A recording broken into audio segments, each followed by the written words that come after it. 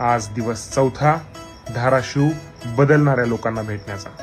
धाराशिवचे कुलकर्णी बंधू आपल्या गोठ्यामध्ये शोध लावलेल्या एका मशीनला संपूर्ण भारतात विकतायत.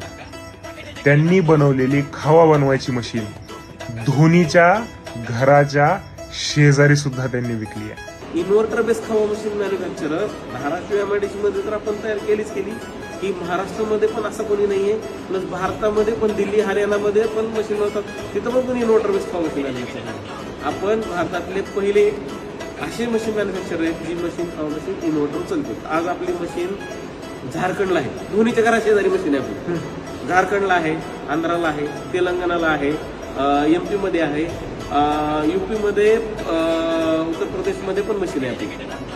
आणि हे इन्व्हर्टर बेस असल्या कारणामुळं कुठल्याही शेतकऱ्याला कुठल्याही ठिकाणी जिथं लाईट आहे नाही त्याला स्कोप मिळाला मशीन घ्यायला, कारण तो घेऊ शकतोय. आधी कसं होतं, लाईट असेल तरच मशीन, लाईट गेली की संपलं. दुधाचा व्यवसाय व्हॅलिडिटी 7 वाजता धार काढली, 10 वाजेपर्यंत दुधाचं कंझम्पशन नाही झालं, खराब होणार. आता ते इन्व्हर्टरचं केल्यामुळं 5 ते 6 तासाचं मिनिमम बॅकअप त्याला मिळतंय आणि 5-6 तासामध्ये त्याचं खाव्याचं जे काय काम आहे ते ऑलमोस्ट होऊन जाते. समजतंय?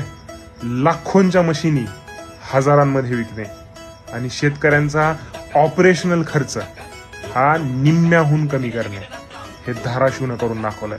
आणि हे धाराशिवच्याच नाही, संपूर्ण भारताच्या शेतकऱ्यांसाठी. धाराशिवमध्ये असे उद्योगधंदे निर्माण झाले पाहिजे, धाराशिवमध्ये असे उद्योगपती निर्माण झाले पाहिजे.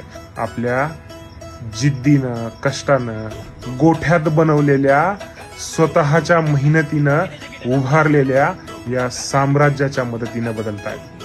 धाराशिव बदलताय.